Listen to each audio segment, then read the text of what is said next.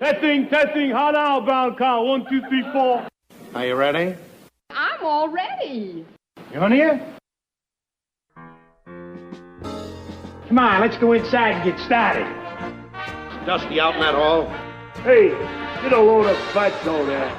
Oh, would I like to melt you just once. Dusty out in that hall? What's my temperature, Norton? Oh, come on, let's get moving. Isn't there any lot here? Yeah, about 300 pounds. A 20% percentage. And now, who is our next guest, please? Herb, here's our next guest.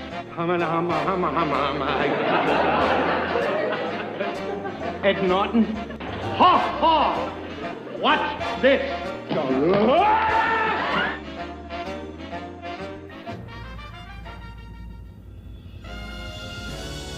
The Honeymooners Podcast, the only podcast that is all about the greatest show of all time.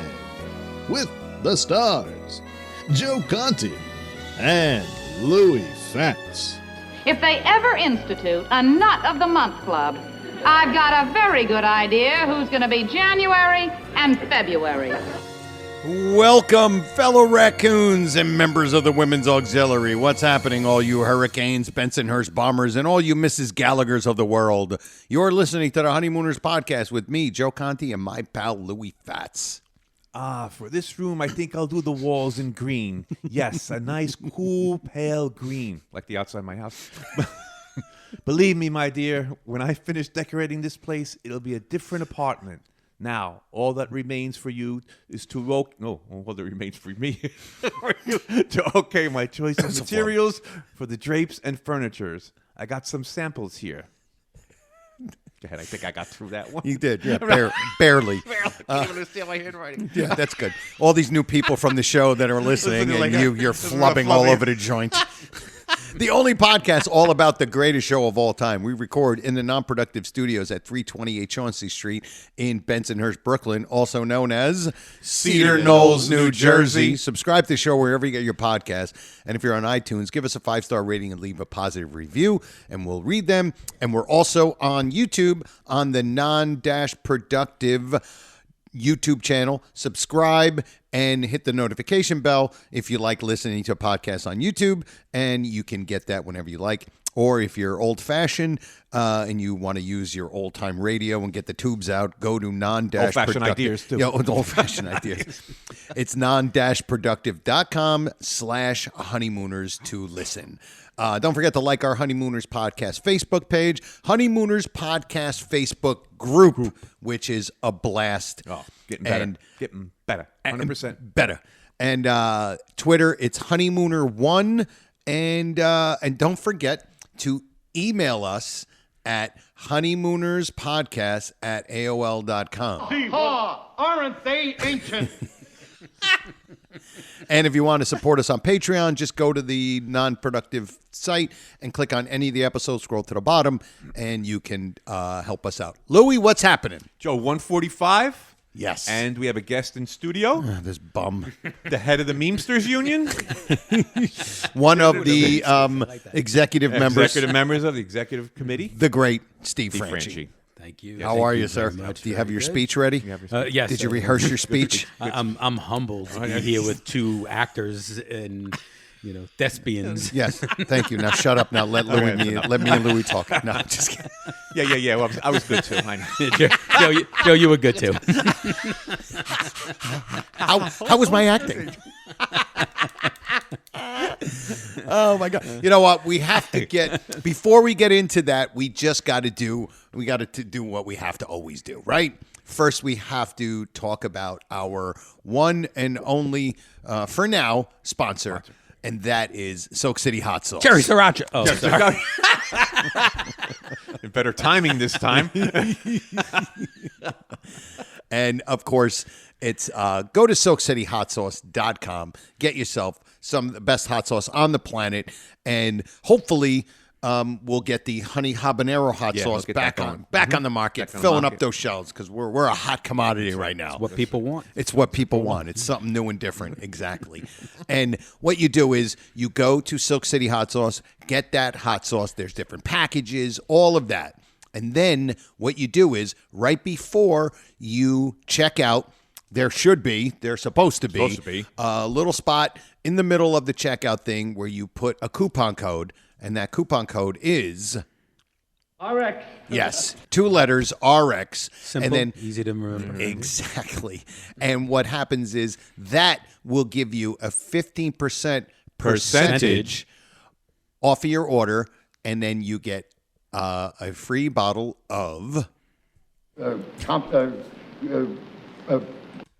Cherry Sriracha. Sorry, sir, I couldn't think of the word. Louis giving me a hand. Yeah, exactly. He's pointing at you going, hey dummy, wait for me. I was patting my stomach because I forgot the line.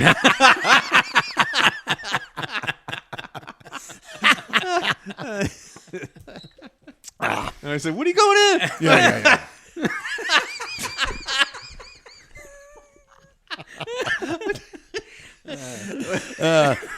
Steve was going to say cherry sriracha, but he just was like, yeah, exactly. But yeah, do us a favor. They're a great sponsor. Jeff Kingfish Levinsky is a great guy. And get yourself some great hot sauce. And hopefully there'll be the honey habanero hot sauce soon. Which has the caricatures of Ralph and Ed on it. Not me and Joe. Ralph and Ed. No, not us. Maybe one day. Maybe. One day upstairs. And so please, definitely support our pal and sponsor. And so listen, we're going to get this going right away. Before we get started, we have to get to... Before Ron Albert interrupts us. Yeah, and he's not even here. I know. I'm going to skip the technicalities. And you guys know what we have to do in the very beginning. And, of course, I have to... look for it, and I don't know why that's because it's not like a whiz. It's just the worst. I don't know why. He's got boxing gloves.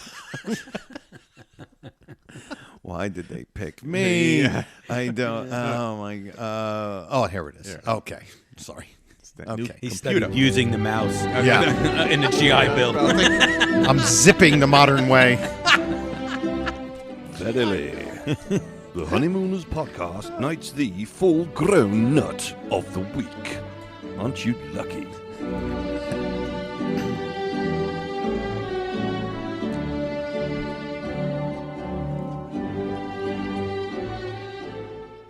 It gives me real pleasure to present to you this award. How do you not laugh?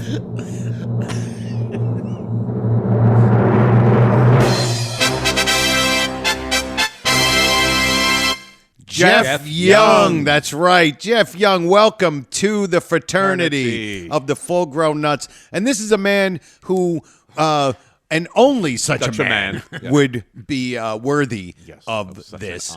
And we knew why. We always knew why. It was very simple. He always looked like some kind of nut to That's me. pretty That's all much that it. matters. That's all that matters. Exactly. Take it to the board. And if you are, it's also because he... You were a stupid head. Exactly. That's basically it. Yeah, exactly. And maybe the third thing is if he says... I am humble. Exactly. Those are the requirements. Yeah. And he has a public diploma. Public school diploma. Jeff's one of those guys that he's been around for a while. Yeah. And I think he falls into that category of, wasn't he already part of it? But not. He wasn't. Again. Yeah. And I have to tell you, some of you old heads that have been around, you better pick your game up. Because we got some new people in, and they are very active, and they're very clever, funny. Yep, and they're younger. Yes, yeah. Sorry, Look at me, I'm 13. Yeah. Youth is wasted on the young people. Exactly. Bernard Shaw, exactly. But congratulations, Jeff. Welcome to the fraternity. Yeah. And for all of you that are listening, maybe for the first time, this is now probably our 50th Full Grown Nut of the Week? I think we're in the 60s now. Is it in the 60s now? I think Started in the 80s. 81 or 82. 82, and now we're at 145, 145 minus like 2 or 3. Yeah. So about 60. and the way to get Getting into larger. and the way exactly and the way to be part of it and the way to get to full grown nut status is to just contribute. That's all. Go on the Facebook group or the Facebook page. Yeah. But the Facebook group is more of the inclusive stuff where everybody chimes in. Yeah. And that's where you get to make your mark. Right. And we're looking for cleverness. Yes. We don't want Originality. Yeah, originality. You'd be good at originating. Originating things. Yeah, we don't want designing things. Originating things. Originating things. We don't want you just coming on and saying bang zoom. No, Right. no. Which is it's just fine. That's We're It's fine with We're that. fine. But to achieve the full grown nut it's status, not going to get you. You're not going to be a stupid head if you right. do that. Yeah. There's no way. You're just a menace. You're a menace to society. You know what? Because if you think that you would get in there, this is what we would probably say. Is this the man who gets the award? And then after you get the award, the only thing you have to do is say Once again, I want to thank you and you for presenting me with this. exactly, and that's me and Louie. That's right. All right. We are the board of nuts. we are the board. Yeah. We always made it sound like there was some secret society that we went to. No, being so, we are the board of nuts. We're the board of nuts. And of course, we have the executive committee, which Steve is part of. Yeah. Yes. And are we part of the executive Yes, committee? we are. Mr. President was part of the executive Okay, that's committee. true. Yeah. It's 5 members. It's 5 members. Yeah. It's exactly Steve, it. you, me, and you, and you, And you, and Ron, and Michael Bruce. Michael Bruce. That's It's the 5 never members. Michael. It's just Michael Bruce. Bruce. It's always Michael Bruce. It's 5 members. But so the elephant in the room, of course, is the fact that almost a week ago, less than a week ago, me and Louie made both of our television debut, national television debut, without killing either one of our wives. I thought mine was going to come on and Life Begins at 80. Which isn't far away, to be honest with you. I'm only 11 years away. And I have to say, it was. I will. Now listen. I've been doing comedy for a long time, and now Louie, who never got behind a microphone before he started doing this, is just a whiz. You know, he's a whiz at this, and I've always said this. Yes, I've always said this. Louie is the star of the show, and he has done so. It's been amazing, this run. But then for us to get from about 6 years ago, 6 years. Yeah, a little meeting, a little get together, a coffee at a little place called the Pancake House, which no longer exists. On the one on Whippany Road on Route 10. It's gone. And BJ's is there now. Exactly. For 6 years later, to actually end up on a national television show is just insane. It's incredible. Yeah. And here is the thing about me. Seriously, With me, as a guy who's been doing comedy for 20 years, I'll just tell you, the Saturday before that, I was opening for Vic DiBitetto, a great comedian, hilarious, and a wonderful, wonderful human being. I get to open for him once in a while. He's very popular. He's like popular songs. Songs. He's very popular. Like bridge builders. Yeah. And I was opening for him at the Count Basie Theater in Red Bank with over 700 people. Nothing. Wasn't a big deal at all. 10 minutes before that show came on, I was losing my mind, freaking out. You texted. You didn't want to. I didn't even want to watch it. I was like, your hair looked great though. Shut up, Steve. And when he said hair, he meant singular. He meant the singular hair on my head. And I told Louie this. It was probably the most nervous I had been since probably my first time ever doing stand-up. And I've had moments where I was a little nervous because it was either an audition Little Norton. And it was so nerve-wracking because I was so afraid that I think in the text, I said I didn't want to look like a big fat guy. I didn't want to look like my hair shouldn't have been there. The 3 hairs on my head should have been removed. I didn't want my beard to look stupid. And I didn't want us to sound like idiots. And Well, 3 out of 4. Not bad. Yeah, Who invited this guy? Who invited this guy? And remember, for the first time in 7 years, Yes, the that's WB right. is out of the It's ring. out of the So ring. you guys did a good job. we got to. They told us we got to do this again every year. Right. Yeah. Bob Costas like, how am I supposed to go on? They bring in inexperienced actors at the last minute. And here's the most annoying thing about this. The most annoying thing about it was Me? Oh. this is besides you. That's an understood Ron? thing. Big stupid head. Is the fact that it's an 8-part docuseries, and the first 3 were on Monday night at 8 o'clock. And for some reason, they pushed us up to 9 o'clock. I think it had to do with Heidi. Yeah, Yes, exactly. The Heidi Heidi Bowl. Bowl. Heidi Bowl. And I'm like, how dare they do? And I'm like, we gotta follow Penn and Teller. Right, but you were Yeah. more in prime time. That's right. It moved you Yeah, guys I guess, right? We're a little bit more in prime time. But it was... It's a great show, by the way. I've been enjoying all the episodes. Yes, Dude, I watched they're Yeah. not... Yeah. And But I the Honeymooners one was my favorite. But it really was done. I'm going to skip well. the Dynasty one.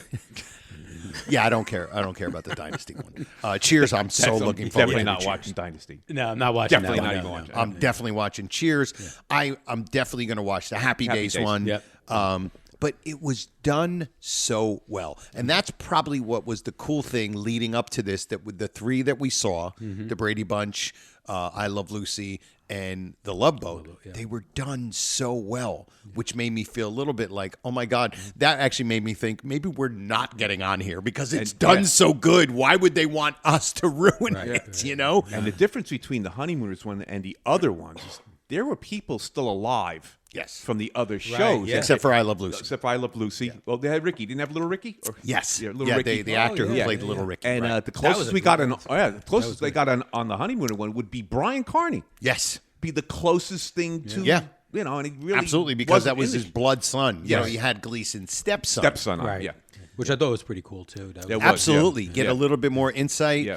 And I loved, listen, my, Costas and Smigel were just great because they, and the other people were good too. Yeah. But you can tell. Oh, you were good too. They, yeah, they were good too. Yeah. I wasn't paying attention. I was paying attention. Watch how was Smigel? I don't know. I was watching the pod. I was watching the I was waiting for documentary. Joe and Louis to come out. But you can tell they loved the show as much as we do. And that's what was really cool about it. Yes, there was, the couple of people that were like, yes, the bang zoom and all that kind of stuff, but they loved it. And you can tell that they knew how great the show is, not just because of Hello Ball and Bang Zoom. Joe, I like Smigel's take on the $99,000 answer. Yeah, With the that was- Swanee River. He's coming now. He's a writer, so he's coming in from a writer's perspective, saying like, "Oh, it's just something funny, and it's going to be just thrown out." And here it comes way back in the end of the show, and it's potent. It's the giant callback and the punchline. So it's almost like the whole episode is one big joke, and that's the punchline with a zillion funny moments leading up to the punchline. You basically almost kind of push the Swanee River thing off. It's just a thing in the moment. It's cute. It's funny. It's It's in funny. the moment. Right. Yeah. And it even gets interrupted in the episode, right, by McGarity. and It becomes like, almost like a secondary thing, you think, right? And then when it comes back, when that joke comes back to roost, it just kills. Yeah. And then, of course, it gives the great... it might be one of the best punchlines ever. Yeah. Even though it's not even... out of context, it's not a punchline. Ed Norton. yes, Right, yeah. Ed Norton. Like, people remember that. It's got to be one of the most quoted, not only in the Honeymooners, it's got to be one of the most quoted lines, right? I mean, in Homina, Yeah. Ed Norton. Yeah, like Ed the Homina, Ed Norton. Especially when it's almost You unbeatable. know what I listened to? That I went back and listened to it. Well, I'm watching the show like 50 times. He made me watch it again today when I got here. Like, Steve, you got to see this. He has it in 3D. So, what was I talking about? I forgot what I was talking about. Oh, I was listening to. I wanted to hear the audience's reaction to when he asks for who wrote Swanee River. I was expecting this big burst of like, huh? And a laugh. And the audience didn't overreact to it. It was like kind of a little subtle. And it built. Yeah, but I'm saying, but I thought that they would have. You thought the initial. Yeah, I thought they would have caught on. They actually didn't. Right, because I think they didn't know because he never said Swanee River. Right. Why do you always got to play da, da, da, da, Yeah, so it didn't. Yeah, you can't assume that the whole audience knows what Swanee River is. Exactly. You know, so and he sells it so his facial expression, the way he kind of stammers. Swanee River. Yeah, and that's Swanee River. And then that's when then with the Jose everyone bar, realizes. Then when Jose comes in. Jose comes in and absolutely If you trounces watch it. Swanee River, Jose. He kills it on the piano. I love that. I mean, he had such and Smigel. I love Smigel. He's just so funny, and he nailed it. And it was really, it was so much fun to watch him and Costas because Costas, it's like he knows. Oh, he knows. He didn't need a corns teller or a Ouija board. Ouija board. Yep. He knows, and that's what was nice to see. Those two guys, because look, we're nobody, so it doesn't matter. But for those two guys to really, it makes me feel good to go, these guys get it. Yep. And there must be so many more people that get it, like us. And when I mean us, I mean all of you that are listening. Everybody. You all of one the full big grown. ball And amounts one to big what? ball amounts to what? 145 episodes of nonsense. One thing I just want to. So watching the first three, I don't know what the rest of the episodes will have. I'll never know what Dynasty has, but and I won't be able to tell you either. But in all the other ones, a lot of the people that are on it commenting are, besides the people that they brought in specifically for that, right? Like the Isaacs and whatever. Right. But it's the same people. Bob Costa's been in multiple episodes. He's been in a couple. But you guys were brought in just for this one. That's right. Specifically for that. like experts. And I know you guys say you're not really experts, but We're you're about carrying as, on. we're about on as expertise as everybody listening. Right. And you control the computer, so That's right. We have microphones. That's why. And by the way, But it's true, right? And you knew there had to be a by the way. here. We haven't mentioned it's called TV We Love. TV We Love On the CW, and it's a 8-part docuseries. And of course, the one that we did was the Honeymooners, but there's still 4 more left. And it was done so well. Yeah, they did a good job. It's great. You could also get it on. I think Paramount Plus. Yeah, Paramount Plus. Yeah. Which is just awesome. You know. Yeah, absolutely. It was. I got to tell you, Me and Joe watched it right here in this room. we did. We watch it right here in this room. Right here in this room. And I will tell you, I will. You spread out the popcorn in order, so that you can both reach everything. Exactly. Steve timed the popcorn. How long is it that Ralph eats that one kernel of popcorn? It's I like don't a remember minute that. and 16 seconds. Yeah, when but yeah. And I'll say it when. Oh, I'll say. I'll say it. When you give me When I was $32,000 when I was watching it, I'm just sitting there watching with my wife. Your wife. And this is going to sound corny, but I got emotional watching it, and it felt like the first time I did stand up when it was at the Stress Factory. I did an open mic. I did 3 minutes. I did whatever. You know what I mean? I got a couple of chuckles, but it was something I wanted to do for so long. And when I left, I was on my way home. I told Louis this. It was like 1:30 in the morning because, there's so many comics. It's a Wednesday night. Plenty of street lights to stand on. Yeah, exactly. I called my sister. And, if you call an Italian woman at 1 o'clock in the morning, So she calls me. She answers it right away because she sees I'm calling. She's like, "What's up?" And I'm like, "Hey, I just wanted to tell you, I did stand up. I did it. I did it for the first time." And my sister, I'll never forget, she goes, "That's wonderful. Could we do this tomorrow?" But that's how I felt because I don't know. I'm like, wow, I'm actually doing something in the entertainment field, and I'm on television with Louis. It was surreal. Right. Like I I still can't. I'm like, because again, I'm sitting there thinking, wow, a couple hundred people are watching this right now. No. A couple of. This is what I'm At thinking. least 1,000.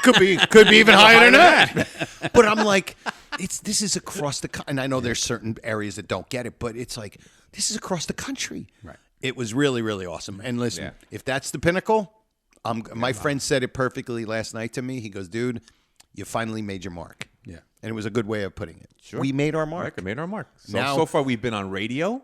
Yeah. We've been on TV. Yeah. Right. And we haven't made one thing done. Not one I was just going to say, the bank account must be going up. But yeah, so and you guys have been absolutely hilarious. Dusty out in that hall. Dusty out in that hall. Yeah, you're getting it out. I don't cough anymore. I don't cough no more. I'm Yeah, glad you're exactly. here. You guys have been utterly fantastic. Oh, First of all, with the support, Oh, it's number great. one, and the hilarity that you guys have done leading up to this, the night of, and now post. Yep. You guys are killing it. Oh, it was great. And we will reiterate it again for the video we made. We would not been able to do this without you guys. Nope. It's impossible. If you guys weren't as good as you are and faithful and supportive, we wouldn't have done it. No. We wouldn't have done this thing for that long, and they wouldn't have found us. Right. And just think how silly you guys would be if you were doing this podcast and no one was listening.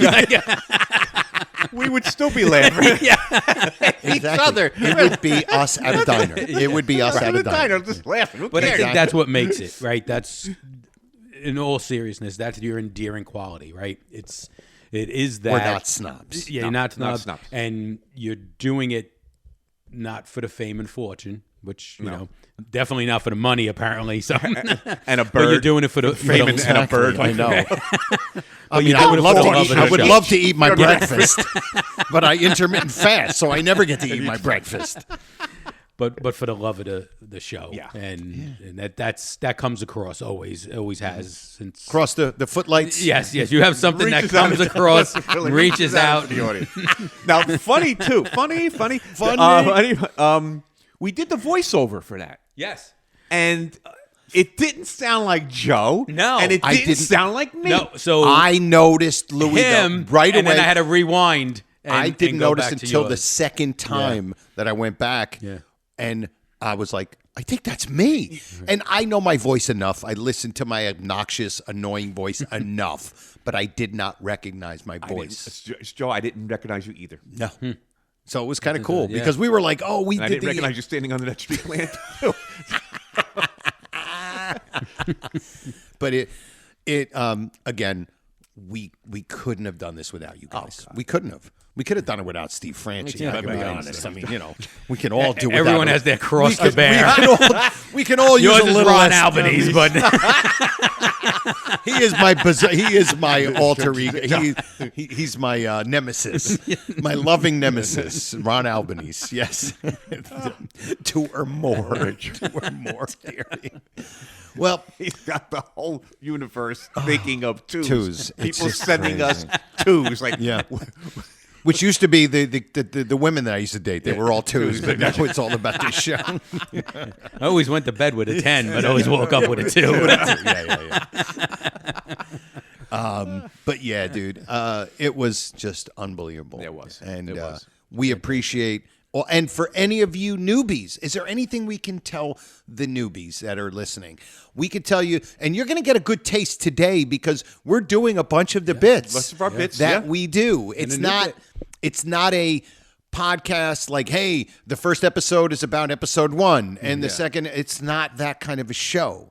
It really is like hanging out with your friends, nerding out about something that you love to talk about, and our nerd out is Honeymooners. I'm sure we'll probably say something that's been said once before, which is, which is when you're hanging out with your friends, right? It's the same stories Same over stories, and over again. exactly. The fish get bigger. Exactly. So, That is so true. And it was. I'm still like, and my wife's, she's so funny. She's like, Mr. Superstar. She keeps busting my chops. Oh, Mr. Superstar, did you sign any autographs today? I'm like, could you just shut up? otherwise, I'm going to be on the news next time. For killing you. For killing you. So again, thank you, everybody. Yeah. It was a wonderful experience. And awesome. If anybody has they any actually other do that thing in front of your face where they slap that thing down. Yes. Oh, really? Yeah, they actually Yeah, they that did right it. in front of Yeah, our face. it was very professional. The face, cover the face. Profile, Full front. the hat, Louis, the hat, The hat. the hat. So I have a question for you guys, though. Serious.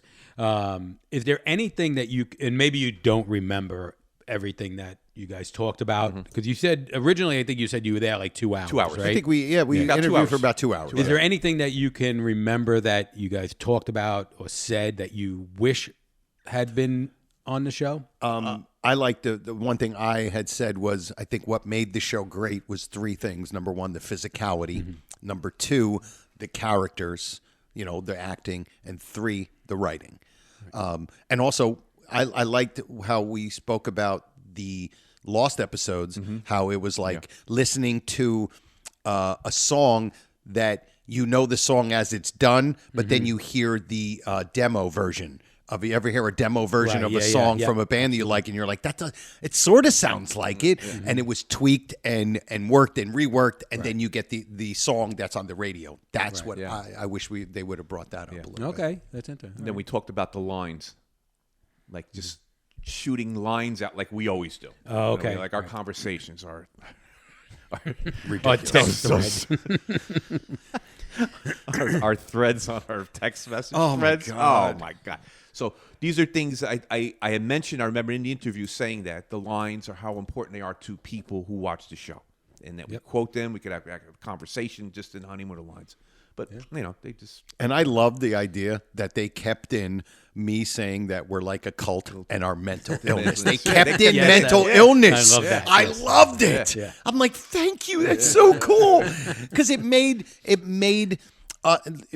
us feel like, hey, we have a sense of humor about ourselves, along with loving the funniest, greatest show of all time. Right. Which is cool. That's great. So yeah. All right. Well, listen, I think we have to just say that this episode is all going to be about the number 2. 2. All right. Now where did that come from? Oh, wait, we did have. Did you want to do the 2 or more. follow up on this about the Oh, posts? yes. Yeah, you wanna let's try do it? that. Yeah. Yep. All right, We we'll don't. try it. Yes. This is a new bit that we never done yet that Steve came up with. Yes. And I don't have the intro, but Steve's got it on his phone. We'll play it real quick. And go ahead. I like here we this. go. Hold on. That's not. Stop. That's not it. Technical difficulties. Got to get Eddie Hanley in here to fix that. Can you Move the aerial around. Go out to the. It's this side, right? Yeah. Oh, she's got a nerve. She's got a nerve. She knew when she married you she was getting the worst of it. You can say that again. The Honeymooners podcast proudly presents. You can say that again. You can say that again. In this bit, Joe and Louie highlight one of the fabulous Facebook posts and read some of the hysterical comments from you, the loyal podcast listeners and members of our Facebook page. You can say that again. You can say that again. That's right, you, the always witty members of the Honeymooners podcast Facebook page, are the stars of this segment because You can say that again. Oh, that's Great great. intro. I can't wait till that sounds actually like right coming in the right out of the computer, coming computer. out It's of going to the be computer, great. yeah. Yeah, Absolutely. I'll get it over to you. And Yeah, no worries. All right, so just the premise, right, Yes. is to for Basically, you guys- we find one of the posts from the Facebook podcast group, and because they're clever, funny, and then when you go into the comments, the funny stuff that you guys do, they're fantastic. So we had the one, right? Yeah, so just picking one. This was a post that I actually put up for you guys, congratulating you on the huge financial and you, success. and you. Yeah. And you. And we'll just, kind of paraphrase a couple, Rob Land. So cheers and salutations to Joe and Louie, the main cogs in the raccoon machine. We salute you. And love and devotion for the greatest sitcom in TV history. Mere words cannot express the bond the Honeymooner fans and full-grown nuts share. And where was the part that I wanted to read over there? Right. So he knows how he fits right in. Yeah. So Gina, I'm gonna just pass on that one. And You bailed on that so quick. Yeah, you bailed on your own bit. Yeah, no. You bum. Oh, that's hilarious. Go ahead. I can't find the part. There was one part here that was he said something about you guys joining the Elks, but okay, here we go. Gina Salvatore Pajinski. Oh yeah, Gina. Yeah, she heard that you guys were standing under a street light last night to see if anyone recognized you. I love that. This is from way back. Oh, okay. Okay, yeah, about Pete Alpruzes. Pete Alpruzes. He's Alpruzes. Yeah, now they're going to quit the raccoons and journ the elves. Yeah, a lot of congratulations here. So Gary Clevenger said that you were nervous. You'll get Neil Norton. Right, exactly. And he also said that you were the biggest thing on television. But kind of that's the premise of it. Is a little all of the reactions to a very clever, funny post, and how you guys were all in that same boat where we're a little bit cultish, and you guys are hilarious. And that's another way to get yourself onto that full-grown nut list. There you right? go. Exactly. There you go. Perfect. So, and you get a certificate. That's right. Not for a post. No, but the full-grown. No, for the full-grown nut. Yes, you just send me your address. You'll be sending certificates all over them. Yeah, as long as I send the right certificate. Right. Yeah. 33 Kosciuszko Street. Caregivers. So, yes. Great, so that's a great intro to it. It really is. The intro is I love that fantastic. Small River. Yeah. I did that Harry James band. Is that the Harry James? I think so, yeah. Oh, Ralph mentions him? Could be another Harry James. Exactly. So that is that's our first thing we want to do. But again, this show is all about twos. Or more. No, it's not about twos or more. This is about twos. Which is all right. Everything. Exactly. So we're going to get into our next little bit. And this one is, and you can all participate. And you guys know what it is. Another great The Honeymooners podcast presents A strange sound, foreign sound. What's That Sound? Sounded like feeding time at the zoo. All right. So, what's that sound? We take a clip from the original 39, and you have to guess what it is. So you're going to play one, and Yes. me and Steve are going to have to guess. Yes. And then Steve's got one, right? Then you and me are going to have to guess. Right, exactly. Now, I am going to preface it, and I say this every time, that I think this one is so easy. And I'm not saying this because I'm trying to belittle you guys. I'm saying I almost feel pathetic that I'm bringing this one as a What's That Sound. Okay. But I was looking for something else, and I found it, and I figured, and I think you're going to get it. All right, here we go. Dusty pays to buy the best. Here we go. I haven't used that one. Oh, I know this one. I know. That's Corey Apple. Oh, it can Corey Apple. Oh. Yes, that's from the Better Living through television. When they're doing, he's Chef of the Future. Right, Chef of the Future. Yes. Okay. When they're warming up, when they're kind of Yes. rehearsing. Yeah. Okay. Exactly. Right. Yeah, 'cause he wasn't that calm during the No, this was the rehearsal. Yeah, this was the rehearsal. Wow. Yes, It's the first one I got since the first one. Yeah, you got that quick too. Yeah. Yeah, I figured that one was Louis easy. put the pen up like, don't speak, Steve. You already messed up the other bit. You messed up your own bit. Exactly. Okay. So now, because this episode is all about the number 2, this is our second What's That Sound? And now this is Steve. Wasn't that like a thing on like Sesame Street? Like, this show is brought to you by the number 2? Yes. Or was that the electric company? No. I think so. Every day it was brought to you by a number and a Or letter. a letter, or something. right. Honeymooners Exactly, podcast yes. is brought to you by the number 2. God, I hate you and Ron Albanese. That could be the That could be the intro. title. Yeah, exactly. This might be the intro.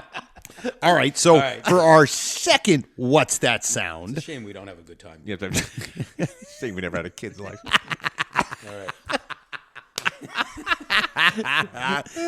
All right. You ready? This is going to be such a long episode. I'm all ready. Here we go. All right, I want to look at it. And put it right up against the microphone. Ooh. I know this one. I know this you got one. it? Go. Hold on. Hold on. No, don't play it. sorry. Don't play it. I didn't hear that. I didn't hear.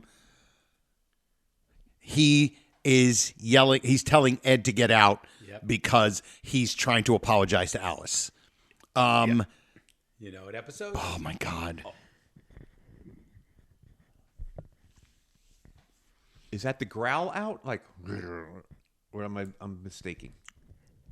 Ed says something right before, and then he's. Oh, wait a minute. And then he Oh, says you it don't want to go again. bowling? That's it, right? You don't want to go bowling. I'll right. go bowling. Are you ready? I'll go. You want to guess? You know the episode now. Oh, that's It's Oh My Aching Back. No. Because he's apologizing. He's reconciliating with. Whole apartment redecorated, new bricks, Oh, new Andre. furniture, Ralph. That gigolo, as you call That's it. right. Oh. You don't want to go bowling. The interior decorator from Morgan's department store. And Morgan's department store, Ralph, was going to decorate this entire apartment for us for nothing, for an advertising stunt. Wasn't going to cost us 1 cent, Ralph, not 1 penny. And you had to go and spoil everything. I should have known that. My intro. That's right. No, that's not. You don't want to go bowling. You don't want to go bowling. I mean, you don't want to go bowling now, dude. I'll I'll go bowling. You don't want to go. I like when I love it when Ed starts to say it again. Yeah. You don't want to go. Yeah, that's a great one. Good one. Now Wow. I know how Guess? hard it is because I never have to You guess. were right on it though. But that's what happens a lot of times. Yeah. You kind of you Oh. just can't connect with Yeah. the So dots. when you do these things and you think the wrong thing, you can't get it can't out get of it your out of your head. head. And you've almost get it out of my head. convinced It's going to yourself. be string of Peloponnese no matter what. You can't get out of your head. You can't get it out of your head. That's a great one. Yeah, I like that. Good one. I like the fact that I was able to guess for Right. once. Well, that's why I wanted to. I was thinking I wanted to get one. I wanted you to try, and you know. I'm wondering if we could have somebody send one in, but again, it would have to be the sound. Yeah. Like if they know how to just take an MP3 and send it to me, and I won't touch it, and then just Play it here. Right. And then we could both guess instead of you Exactly. asking me. Yeah. Why don't we do that? Hey, there you go. honeymoon. So you're not going to just start it now. If you guys would like to do that, just send it to the Honeymooners podcast. Aren't they ancient? The Honeymooners podcast at AOL.com. Aren't they ancient? Okay. And then they can, you guys could show it on, play it on the podcast. Yeah. That's This it. Make you came guess, from right? so and so, and we would guess. Yeah. And then they could put the answer on the Facebook page. There you go. What do you mean? Well, because you won't know the answer. We won't know the answer. Well, maybe they'll send two. Like Two- they'll send the two theory. Nobody needs two of those. Right. They would send Okay, like they a- would send the shorter- sound and then send the longer version. And they would just say sound, long version, boom. Okay, and then there we'll you do go. it. Then we'll know. Okay. I Then think we'll know. cool. There you go. I am Wow. definitely down with that. There The we man's- go. the we wheels just are gotta- turning. wheels All are right. turning. We The just wheels are gotta turning. Less work for Louis. Yes. Love it. Less work for Louis. The retired guy. Yes, I Doesn't know. wanna work at Got all. Nothing to do all Nothing day. to do all day. So let me. Wait a minute. I'm losing my. Yeah, there it is. It is. Here's. Why can't I? Hamada Hay. Hamada Hay. New intro. Whatever happened to No. the one and No. done? Many No. faces. Louis didn't hit flub. Intro. Where? Oh, just while you're looking, I can Got it. make the announcement. We have a new Ken Lynch bit in the works. Yes. Which And we have to. We're gonna and we- do. we think you're gonna like. We think we're gonna. You're gonna like it. The Ken Lynch bit. Absolutely. For you newbies, go back and find a. I don't know where to. I don't even know. I wish we don't knew where know. it was. I know. The first one. All right. Here we go. The Honeymooners podcast now presents Here's an item. This is where we have one of our lusciously lovely listeners present some material for this prestigious, proficient program. Oh dear, I've dribbled all over myself. And now, without any more ado, Here's an item. So, I think you before guys understand. You Go get ahead. into it. Why don't you tell some of the newer listeners who that is? Yeah, That is my friend Dave Ingram, who is a rock star from Europe, who is in all these death metal bands like Bolt Thrower and Benediction. Dead Amongst the Dead Men, Benediction, and he's a great guy, and he's got the greatest voice. Oh, and he's so comes from funny. his toes. Yeah. God. You know why? Because he's got a hot head and Got cold feet. That's right. Exactly. Every August day in the store. Oh, and you know what? I totally forgot. I got to throw it in now. I totally forgot. Last episode's Full Grown Nut. Oh, yeah. Scott Hirsch. Scott Hirsch. Sorry, we'll have to throw this in because Jeff Young's going to have to do his speech. That's right, I gotta do Whoever the speech. becomes the Full Grown Nut, they Because that's usually your job to go email around- and they yeah. put a acceptance speech. And, That's your job to go around making speeches. Exactly. From last episode, Scott Hirsch, who was Full Grown Nut. Hello, fellow raccoons. With a lump in my throat and a tear in my eye, I just wanted to say thank you for this prestigious honor. When I say to my friend, you'll never guess in a million years what happened to me, they said, by the way, I was acting. I must have been named Full Grown Nut of the Week in that silly podcast of yours. You guys are two true blue friends. I am humbled now. It's time to go upstairs and meet the mayor. RX Scott Hirsch. Oh, great. Bravo. That was a Great bravo. one. Good So- acceptance speech. Exactly. So we have two. This episode is all about the number two. Although there's three of us in the studio. There's three of us in the studio. But we have two Here's an Items. This one, I love this. Chris Fodor, a Full Grown Nut. Full Grown Nut. Absolutely. Hey, guys, I hope all is well with you. I don't know if you've ever discussed this before, so here's an item. March 8th, 1953, Gleason was the mystery guest on What's My Line. The panel took a little while to guess him, but along the way, Dorothy Kilgallen, who you say Yeah, she was a... I believe she was a like a gossip columnist. Yeah. In Hollywood gossip column. She was a regular on the show. And for anybody that doesn't know, they have somebody on there. They're all blindfolded. They put the blindfolds and they disguise their voice, and they have to ask questions to try to figure out who the celebrity is. In this big elaborate set that they had, like Yes. the one we're sitting at right now Is actually is actually better.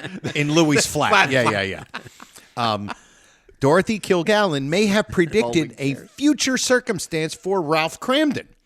On one of her questions, she asked, do you make odd noises or impersonate inanimate objects? Mr. Daly, the host, wants her to clarify, so she goes, like do imitations of things like pinball machines.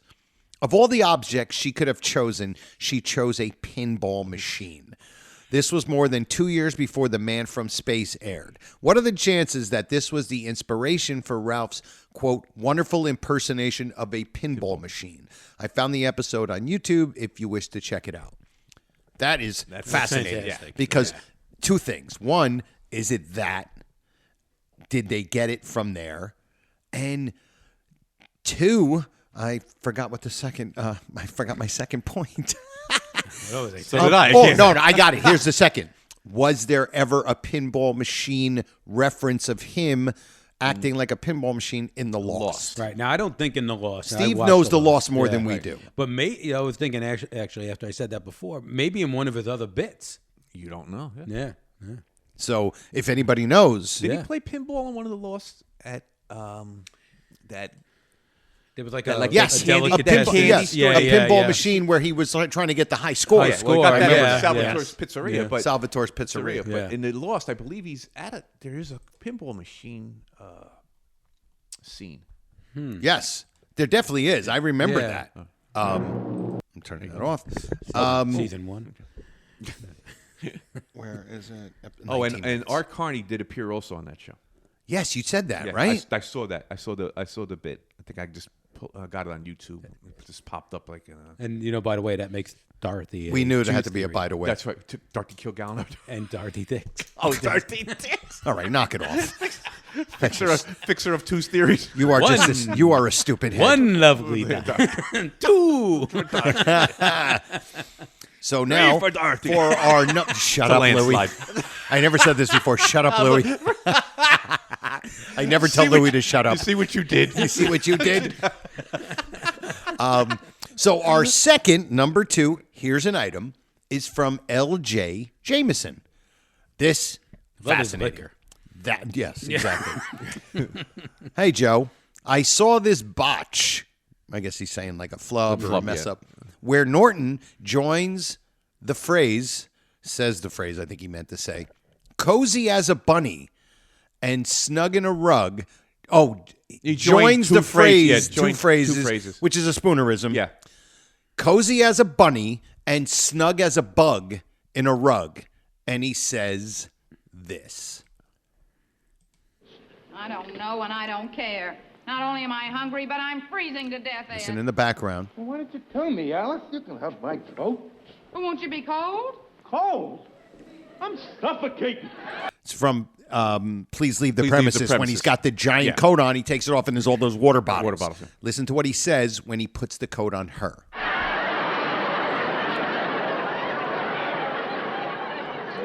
Get in there. Am. Like a bunny in a rug. Thank you. Like a bunny in a rug. First of all, never heard that. Me neither. Never heard him even say anything. Yeah. And that's definitely a spoonerism. And then we looked it up, and there is a phrase called "cozy as a bunny," which I never heard of before. Heard of that one either. And Snug of course, as a bug. We all snug as a bug in a rug, perfectly. But what a great here's an item! Great one. Wow, two fantastic and completely different types of here's an items from L.J. Jameson and Chris Fodor. That's what here's an item is. Another bit that we do for all the newbies out there. Right. Yeah. This what makes and this getting the audience to participate. Exactly. Yep. See, because we need something new and different. Yeah, exactly. Less work for I don't have to do anything. I really got to do nothing.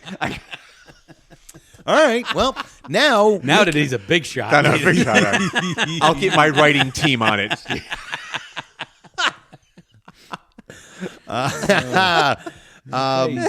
And here we go. We're getting into another bit, and this is a classic.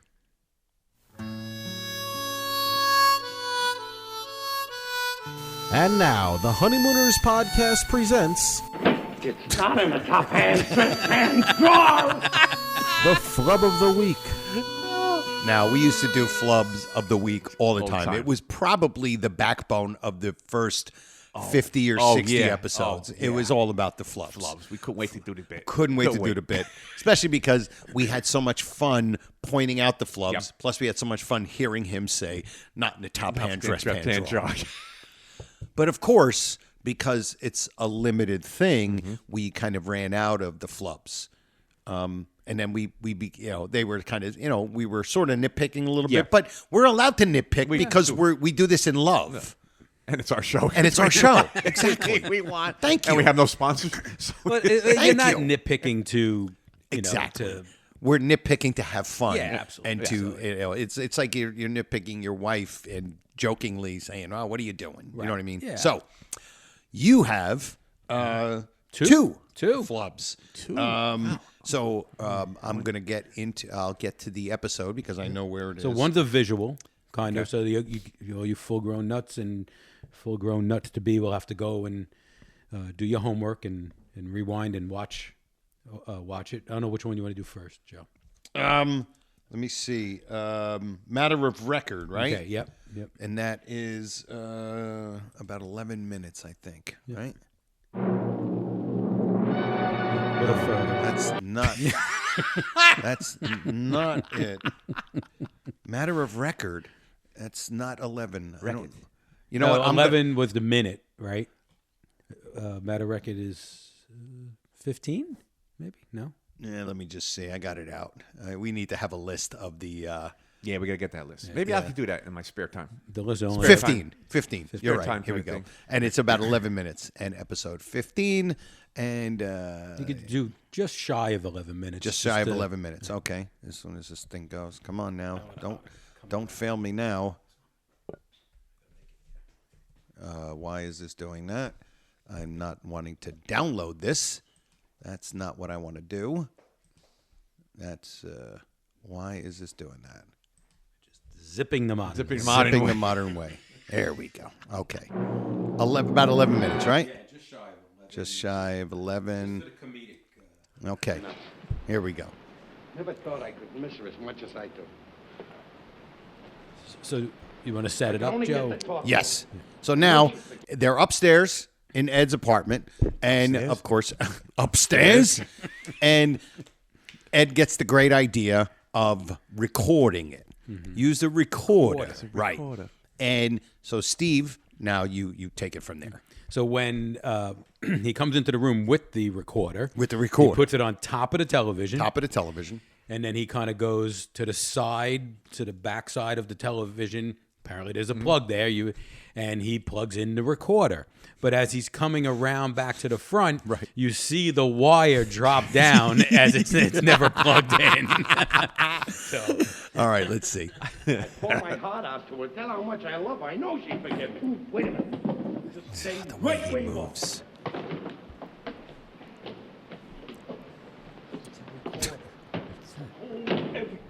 Hold everything. He's just amazing. What's that? It's a recorder. It's a recorder. Wait a minute. Now I get it set up. What are you going to do with that? What am I going to do with it? You're going to make a record. You're going to pour your set up. so if you look down below the television to the left of the chair, Right. You're going to make a record. You're going to pour and he your goes to heart plug it out in, and now. then you see It's the right on the record see here, it. see? So you get the Let me record, see listen to if you know see how it you feel. again Run it when back he's to you. No, he's don't worry. by it. I want to see if it looks different because it looks like it's That's a like microphone. a loop. Here, put a fresh record on. Put a fresh record on. It looks to me like you see the plug. Wait a minute. Wait a minute. Drop Stop. down. No, wait a minute. I just thought of something else. If you want this to be sweet and sentimental, smart, you like, you gotta have a musical background. Just a minute. By the way, He's eating. soft, sentimental harmonica. Right. I mean, the As most he's trying to chew through the ridiculous- apple that he took a bite of. The most ridiculous instrument. You know what I mean? Right, yeah. It's like why don't you just bring a whistle? You know what I mean? I love the warm up. The warm up. Don't say nothing, Until you get a cue for me. See, I'll start the music in the background, you see, and then I'll throw you a cue. You ready?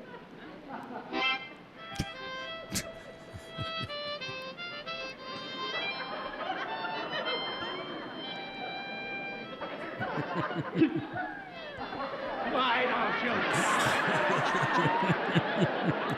I can't. Like, if you look at it, I don't need any music. Just sit down. I'll do this alone. Go ahead. Start it. So you're thinking maybe Oh. it's looped, but it looks kind of straight. You on here? what is this wire? See this wire here coming down. That's what I'm. Oh, I don't know what that is. But then there's this giant wire right there too. Oh, that's the wire going to. That's the hook there. Unless, is it possible that the wire you see drop, he unplugged the TV Maybe to plug in the recorder? I just don't think for a play. I don't think they really were actually like, all right, we need to unplug the television. But you definitely see a wire drop down. Yeah, and I don't know if it's just hanging there and then it's plugged Is in. it worse than the phone? The phone wire? No, The it's Eddie- not as bad. No, as the phone. no, it's the not phone as wire bad is as the phone. hilarious. Oh, it's hilarious. It's Fisher, so bad. Fisher Price did a better job. Yeah, they had like a this 16 So this inch wire. could be a flub. prop Yeah, flub. could be a- So now we have the other one, which is from TV or not TV. And that is at 5 minutes and 30 seconds. So while he's And again, subject to interpretation, whether it is. But this is the first introduction of Swanee River because this is before the $99,000 answer. Yes. Yeah. So you get Swanee River here. Right. Before the 99. Which you, means you would he always plays- think it would be the opposite. Right. Right. Oh, let's use the Swanee River thing again. Did you ever? That's a two. It is a twos, right? Did you ever ask Brian? Was that like maybe his father hummed that song? I Like don't maybe know. That's a good question. That's a good Connie question. had, maybe that was like his song that he hummed or whistled Yeah. or whatever. you Yeah, know? Brian Carney, by the way, our Carney's son, a good pal of ours. Yes, he is. Got his phone number. Yeah. Bensonhurst Street. 774. Plus, he gave it out at the thing on the pen. But sorry, Joe. Damn it. So now, if you want to set this up, this is TV or not TV, the first episode. Yep. And we're at. Go ahead if you want to. Yeah. So it's right towards the beginning, maybe about 6 minutes, a little less than 6 minutes in. None of this and another that. I don't want any lemonade. That whole happens, and then Slippers. and then Alice says, "Why can't we have a television? The Nortons are on this second television." And she says, you want to know why? I'll tell you why. And then they both go into a series of naming things that the Nortons have that they don't have, and that they don't have. And they both say the first time they both say electric stove. Gotcha. Which I think is how most people would say. Say it, electric stove. But then as the scene progresses, he starts to rant. And then the last time he says it, he actually says electrical stove. And I don't know if that was ever the way people said it, but it doesn't sound right. Let her have her electrical stove. So, and I just find it. That's hilarious. Funny. Electrical find stove. It funny. All right, cool. By the way, huh? I knew there'd have to be a by the way in here someplace. All right, what's by the way? All right, Ralph. The Nortons are getting a new television set, and I was just thinking, why don't we get one too? All right, Alice. I am now going out the door again. When I come back in, act like I wasn't in here before. And I don't want any of this. It is that. None of this stuff. Any lemonade? I don't want to be comfy. I don't want my slippers. I don't want any lemonade. And most of all, I don't want any talk about buying a television set. Ralph, why can't we have a television set? The Nortons are on that She second really one. is. We Yeah. haven't even had Aggressive. our first one Yeah. yet. Yes. Why do you always have to be so cheap? Cheap. Cheap? Is that why you think I won't get your He's sex so if I'm offended. cheap? Yeah, well, that shows how much you know. All right, what is the reason? Do you want to know the reason? Yeah. You want to know the reason? Yeah. The reason. All right, I'll tell you the reason. I'm waiting for 3D television. That's the reason. Are you waiting for 3D refrigerators too? That's a funny line. Let's face it, Ralph, you're just too Just cheap pause to it for get me 1 a set. second. Before Go ahead. It is a funny line. We were talking before about what you said about lines that didn't hit. Yeah. The audience doesn't go hysterical over it. I think that's a great line. no. It's and it's set hilarious. up because it's setting up from what he said. Yeah. But the audience kind of is lukewarm. And I think because it's from her. Yes. As opposed to With a couple times with Joyce Randolph. Yeah, She had a couple of good absolutely, lines. lines with no they audience. weren't used to Alice yet. Right. Because she Well, really it's gets going as the first 39th. First episode, yeah. This is 6 minutes into. Yeah, exactly. Yeah. And there probably was a lot of people that never saw it from the Gleason show. Right. Yeah, it's possible. Lost. You know? Here we go. Ed Norton makes the same money you do, and you know what they have? They got a washing machine, they got a vacuum cleaner, they got a television set, they even got an electric stove. I got to go along with you, Alice. You're right. They got all of those things. And they got one more thing that we ain't got. You know what that is? Worries. And do you know why they got worries? Because every week he's got to go down and pay for those things, see? That's headaches when you got to pay out every week. I don't have any headaches. I got peace of mind. That's what I got. Peace of mind. Peace of mind. Go ahead, let them buy things. Let them buy them. What good are things? I got money, Alice. I sock mine away in a bank. You know what the bank account is now? Going up. Going up? Up? We got $75 laying around there. That's what we got. So don't go envying Trixie. She's got electric stove, she's got television sets, she's got washing machines. So now You he's got set electric. financial security. Just remember that. You know as well as I do, Alice, that money is better than things. I would rather have money in my wallet. In my wallet, I'd rather have money than all the things in the world. So let Norton have his vacuum cleaners. Let him have his television sets. Let him have his electrical stove. Go ahead. I got one thing that he hasn't got. I got it here. Oh, that's so great. You got it here. And you got it here. And you got it here. You have to play it all the way through. Yeah. You have to play the whole thing through. By the way, TV or not TV, the audio stinks. Yeah. It's always been terrible. Yeah, I saw you trying to turn it up. Oh, it's just terrible. But also, what an introduction. I mean, I know you guys have talked about that before, but it's the perfect introduction to the show. Yeah. It features all four of them. And you get to know them, or you especially get to know the top, the three. Mm-hmm. And, you got Norton wearing the Captain video thing. It just made it, but it is funny. And he flubbed a little bit the television. I was just going to say that. I hear the television. I was like, what was that? But electrical stoves. And like we said, it's nitpicking, but we nitpick out of love, 100%. So that is the... And we needed another one for the Tuesday. Yeah, we did need another one for the Tuesday. We only had one, so we need two. For those of you that are like, what is this Tues Theory thing? Well, this is the Tues Theory thing. It is... I need to have this in better order. Here we go. Should make a list. Yeah, exactly. Good prints. The Honeymooners podcast now presents, to Joe Conter's dismay and abject horror, the Ron Albanese Tues Theory. No one would have a need for two of those. So, very quick... Very quick synopsis, Tues Theory. Ron Albanese, our pal, who's part of the executive committee. He one day was like, "Oh, there's a Tues Theory that this thing happened twice in the 39, and it's become this thing now where everybody. It's got its own podcast. It's got its own thing. The Tues Theory podcast, taking over the country. It really is. And of course, the gag is that I hate the Tues Theory, and I hate everything about it. But then, of course, I was one of the first ones to come up with a Tues Theory.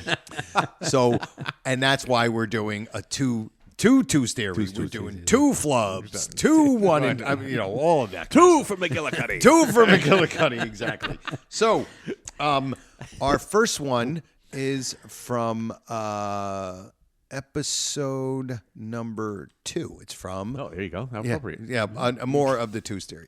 From Funny Money. Funny Money. And that is... Does it say... What is it? What is the first Tues Theory from? The first Tues Theory is Cashmere. Cashmere. Yes. Cashmere. And the first one, it's from Funny Money. We're doing so much of this. It's a little bit... Both Tues Theories have one from Funny Money. Funny Money, so, right. Yeah. So we'll do the first one. Yeah. And the first one, I don't have a time on this. Do you have a time for this one? It's... so it's when he walks in as the chauffeur, and he's got all the... Oh, gotcha. I'll just everything get right to it. Yeah, it should be like middle. Here we go. Yeah. Here we go. Ralph walks in with his crazy checkered... Did you get everything? Yep. Well, almost everything except the cashmere bowling bag. That's a little special. You got to wait for that. Oh, I see. Yeah. Oh, my God. Bowling bag. Bowling bag, yeah. Tues. Yeah. There you go. Another Tues. Another Tues. Bowling bag. He doesn't mention bowling bag except for the Christmas episode. Bowling bag. bag. Bowling bag. Right? Bowling bag ball. So that's the one. Right. That is Cashmere. Right? Yes. And then the other one is from episode 30, which the is... loudspeaker, right? Yes. Liable to rain any Will you minute. stop with the rain, Alice? All right, Ralph. All right, I'm sorry. What is your news? Alice, something happened to me today that is probably and without a doubt one of the finest things that's ever happened to me in my life. He was named Full There Grown isn't Nut. anything in the world that could happen to me that's better than what happened to me today. And if you guessed for a million years, Alice, for a million years, you couldn't guess what it was that happened to me today. Well, there's only one thing I can think of from the way you're acting. You've been named Raccoon of the Year in that silly lodge of yours. Silly. His face. What silly lodge? There's nothing silly about the raccoons, Alice. That's right, Alice. There's nothing silly about that organization at all. The Raccoons do some very worthwhile things here in this community. How about that old clothes drive we had last year? Boy, did we collect old clothes. And good old clothes, too. What do you think I got to say cashmere vest? I don't know what it is. And there it is. The Twos theory. Two Kashmir references. Exactly. And Led Zeppelin wasn't a band yet, so they couldn't do the Kashmir song. So that is our first twos. And since this episode is all about twos, we have to do the second twos, which is from episode 17.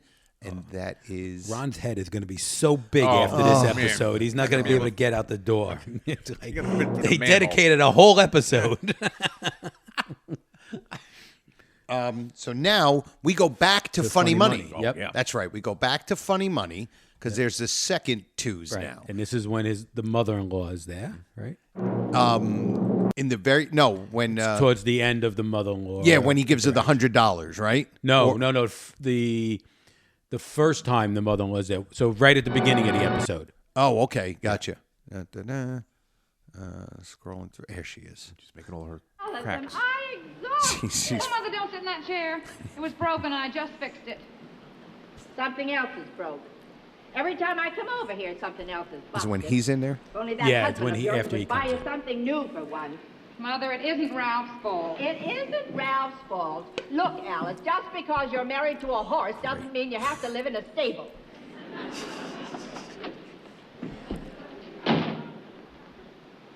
Oh, his face. What a shit. His face. What is she doing? What is she doing here? Please, Ralph, she's my mother. What's that? Your lunchbox? Oh, you're starting right in, huh? Starting right in with the insults. No warming up in a bullpen or nothing, huh? Starting right in. I remember when you used to come over, you used to start slow with a couple of hello stupids, stuff like that. Now I don't even get that anymore, huh? Well, let me tell you something and get this into your head. This is my home, and when you come in here, treat me with respect and address me with a civil tongue. Oh, why don't you shut up? Ralph, what's the matter with the two of you? Can't you ever get together without fighting? I didn't start this. Mammy Yoakum did. Ralph, I don't care who started it, but it is stopping right now. Anyway, what's that bag? Oh, I told you about this. Remember last month they found a bag on a bus? Well, nobody claimed it, so now it's mine. Oh, what's in it? I don't know what's in it. Can't be anything of value, or they would have claimed it. Can't be of any value or you wouldn't have found it. Hey, you dirty. I got something important to talk to you about, and I'd like to do it in private. Anything you can say to my daughter, you can say in front of me. What is it, Ralph? I hate your mother. Yeah. Look, Alice, I'm short a couple of bucks, and I gotta pay my dues at the lodge tonight. They're gonna throw me out if I don't. Don't you give him a cent, Alice. One of these days, you're gonna push me too far. The only thing that could push you is a bulldozer. All right, get out! Get out! All right, Alice, it's all right. I have to be going anyway. You were going anyway. Whether you were going anyway or any other way, I'm throwing you out anyway. There isn't room in this place for you and me. There isn't room in this place for you and anybody. Out! And to think that you gave up a good job in the laundry for this. All right, now that that's over, now that the big wind is gone. There it is. Let me have All right, the big wind. Right. I actually forgot what the twos was. It's so we were engrossed enjoying in it so much. Yeah, it's like Freddie Muller watching the play. And it's kind of interesting because we talked about this too. Is that an ad lib? Yeah. Because he says now that that's over. You would think that that's it, but then I think he throws in. I think it's an ad lib. Yeah, I think he throws in the big wind. Yeah, which probably sounds like it could have ended right there. Yep. Now that that's over or Yeah. whatever, give me the $15, Yeah. right? And then you're going to the babysitter? Babies. No. Yes. Yeah. The babysitter. Actually, I was just going to do. I was going to just do this, since you mentioned that, just to let the newbies know. Hell yeah, Bentley, hell yeah. We're doing a bit within a bit. The Honeymooners podcast now presents Ad Lib or Not Ad Lib. That is the question. So, ad lib or not ad lib? We think it's an ad lib, right? I say yes. The spontaneity. Yeah, on the this. spontaneity of The it. spontaneity of it, exactly. The spontaneity of this. I say ad lib. I think ad lib. I vote too. ad lib. I think so too. Yeah. What do you guys think? All right, good. All right, now we're back to the twos theory. We went in a bit within a bit. Now we're going to the babysitter, which is 17, and let me see, babysitter. Where do we go? Right around.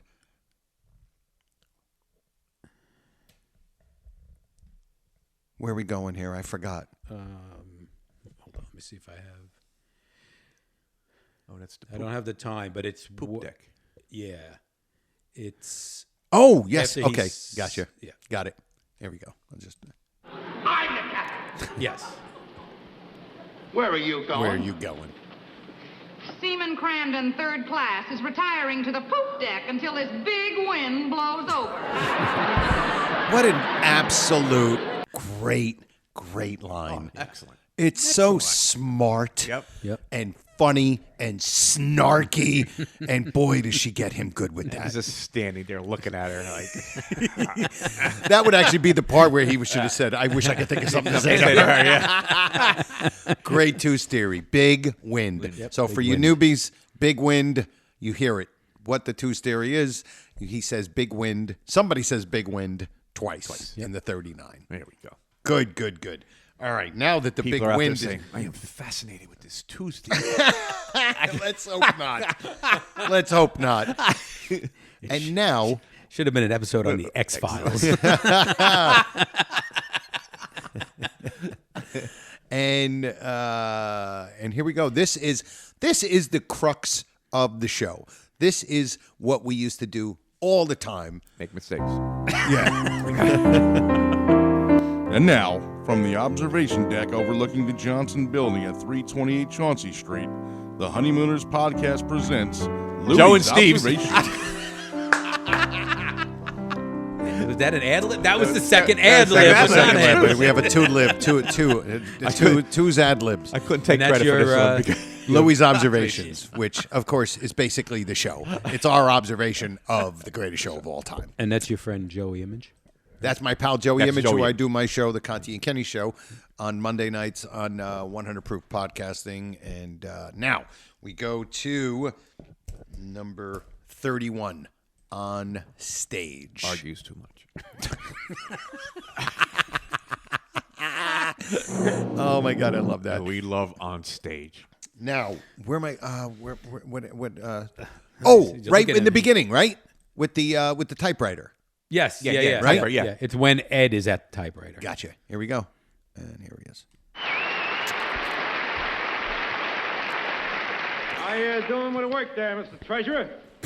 Fine. What are you doing down here? Something I else to told talk Trixie about. I'd pick her up here. Worst By the choice. way, is the women's Good auxiliary treasurer. meeting over yet? Every 5 minutes, they're calling me to go in there and listen to one of their crazy Who suggestions. actually elected him? Why, what kind of suggestions you got? Oh, something about they want to put on a show and sell tickets, and that way the lodge can get money.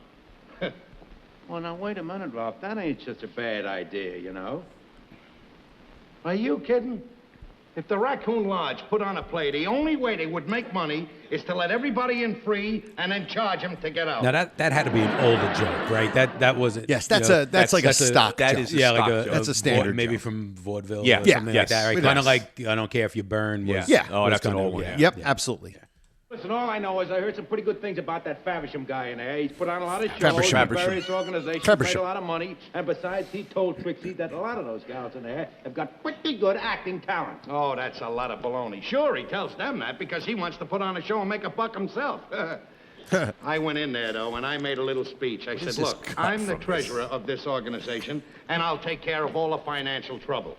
I have all the answers. I will solve all the problems. How are you going to do it? I haven't the slightest idea. He sounds like a politician, actually. I know one thing. If this lodge doesn't get some money soon, there isn't going to be a lodge. Did you hear what happened yesterday? What? The Acme Finance Company come in and took out the pool table. Day before that, they come in, took out the television set, the phonograph. The day before that, they come in and took out the piano. What are we going to do, Norton? Well, we could hold our meetings at the Acme Finance Company. I should know better than this. I love this stammer right here. I just got one question to ask you, that's all. I'd just like to ask you as a treasurer, I'd like to ask you this question. Why don't we have any money in the treasury? It boils down to one thing. Nobody will pay their dues. That's what I'm doing right now. I'm writing a strong letter to every member. Strong. I love the way he just slow enough to make you just laugh. Like a whiz. By the time the members get these letters here, the way you're typing, they'll owe another 3 months' dues. I suppose, wise guy, you can type a little faster than I can. With boxing gloves on. That's Here, tell me what to write. I'll dictate. All Go right, ahead. wise guy. I'll dictate. You dictate, you right. All right. All right, start out with Dear Brother Raccoons. The fact of the matter is this.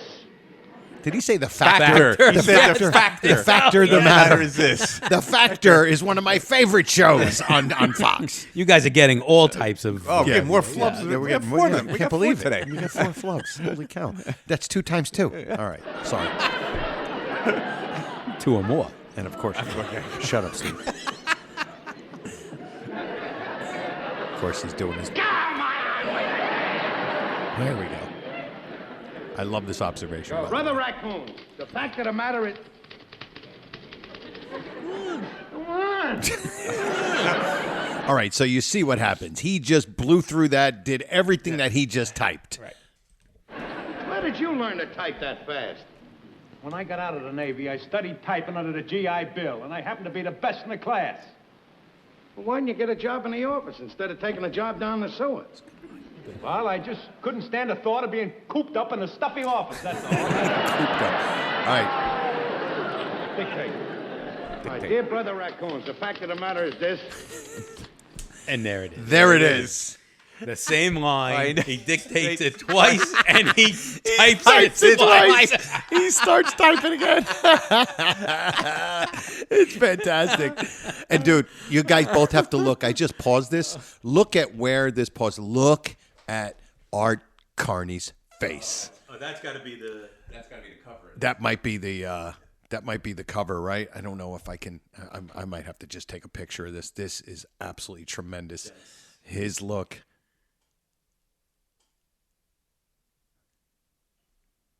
Cool.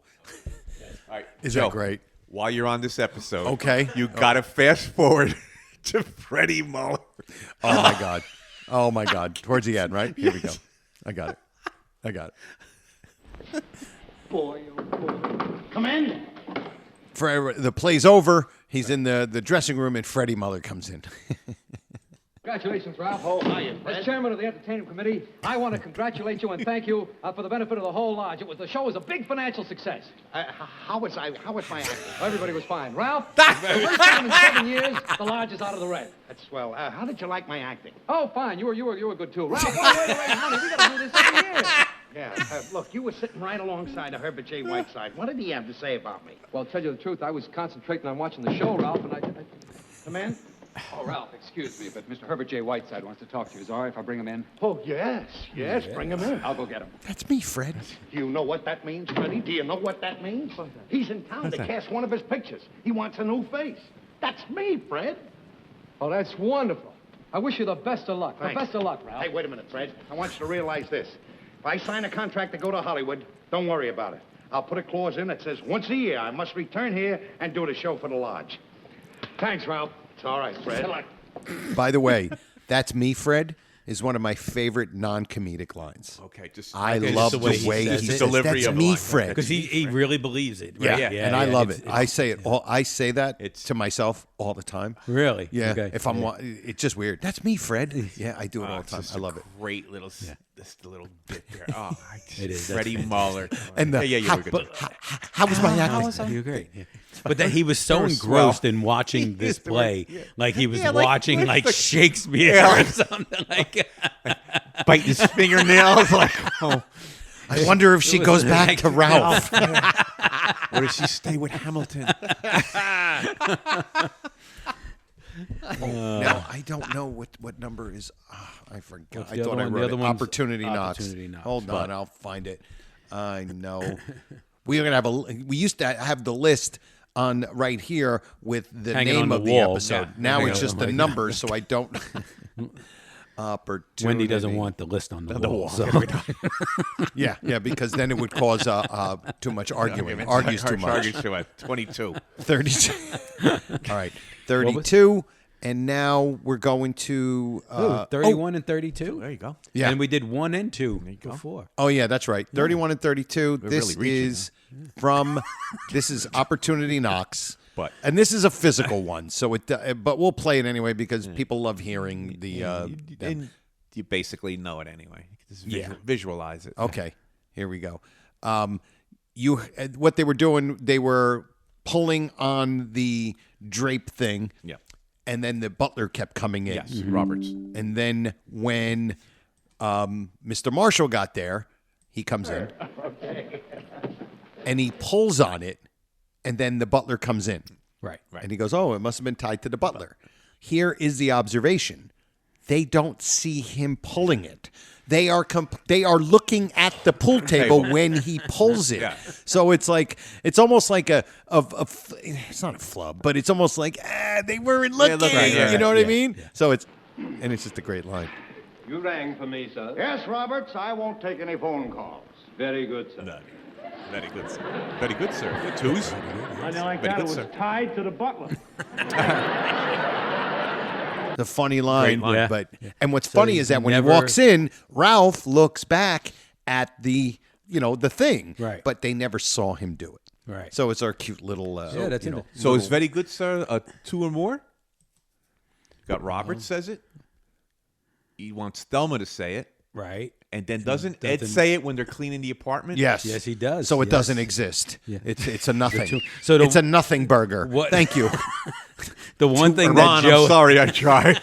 the one thing that Joe hates more than the tooth theory Is it 2 or more the theory? Oh my goodness! All right, Which is what is that, Joe? The it's tooth- everything except for 1. It's everything except for 1 and 0. 2 or more theory. So we're going to finish up with a little discussion about comedy duos, because Steve brought this up before the show, and it's a great thing where you were saying that the comedy duo of Gleason and Carney, Cramden, Norton is unique. Yep. Yeah. So, actually, watching TV We Love, watching the Honeymooners episode, it was brought up about That was a show that me and Louie were on. Yeah. I've heard that before. Yeah. By the way, we're sitting here doing the podcast. It's on like a continuous loop on Louis TV. But it was brought up about the two great comedians in this show, both physical comedians. Timing was impeccable. Yeah. And it got me thinking about other comedy duos of that time. And this was an era of comedy duos, right? This was the thing, right? The comedy duo thing doesn't really exist anymore. There's a little bit here and there. There are 2. I know like 2 or 3 actual comedy duos that do stand up. 2. Oh, really? Okay. One are 2 brothers. I think both of them are actually. It's a tooth theory. I'm ending this show. This episode's done. Thank you. Good night, everybody. Pluribus requiem. Good night, all. So you make a great, interesting point that they're a very unique comedy duo because most of them have the dynamic of the straight guy, right, and the physical flubbing, bubbling, the one who gets the brunt of all the jokes or physicality. Where there's aspects of that, but with them two, it was almost like they were both the straight guy and they were both the whatever you want to call it, the flubber or whatever it is, the one that takes the beating. The clown. So you think about the clown. Yeah, the clown. Right. Do you think about other Abbott and Costello? Yeah. Martin and Lewis, right? Laurel and Hardy. Right. And I know there's more that we're just not thinking of. Yeah, even Ricky and Lucy, I think, to some extent. What about Bing Crosby and Bob Hope?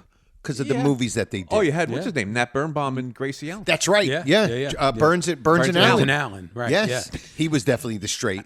Oh, God. Right? And let me tell you something. She underrated in how hilarious she was. As her comic timing was hilarious. So it's very different, them two. And do you think maybe because they were a comedy team as two characters, and in other words, and they're doing skits too. Yeah. I mean, you had like Martin and Lewis who also did skits, but they also did like a stand-up routine. Right, Abbott and Costello. Right. Abbott and Costello did their stand stand-up, and that vaudevillian. Yes. Right. And then they took it to the next step. Exactly. Yeah. So with this, they're almost like because you know how like today when they'll say, oh, this guy, this guy's the comic, where it'll be somebody who's not a stand-up comic, but they're a comedy actor. Right. It's almost like that's what they were, even though I know Gleason did some hosting, but he really wasn't a stand-up comic. He was just that. He could control and just have a room in his grasp, and that's how he made his bones. I actually think he was, to me, I don't think he was really a good joke teller. I never liked his delivery. There's something about it. Well, in the movie, I don't know. I thought maybe in the book too, there was discussion about how in his stand-up that was like a critic of he was critical of not being a great timing. In his stand-up because I don't remember hearing that. I don't think that was his forte. His forte wasn't telling jokes. His forte was being Jackie Gleason. Right. Yeah. And then, of course, when he found those characters, the Ralph Cramdens, the Reginald Van Gleason, the Poor Soul, Joe the Bartender, then he got to be those characters. Right. And goes to what we've always said, he was completely underrated on how great of an actor he was. Yeah. And comedic actor, both of them.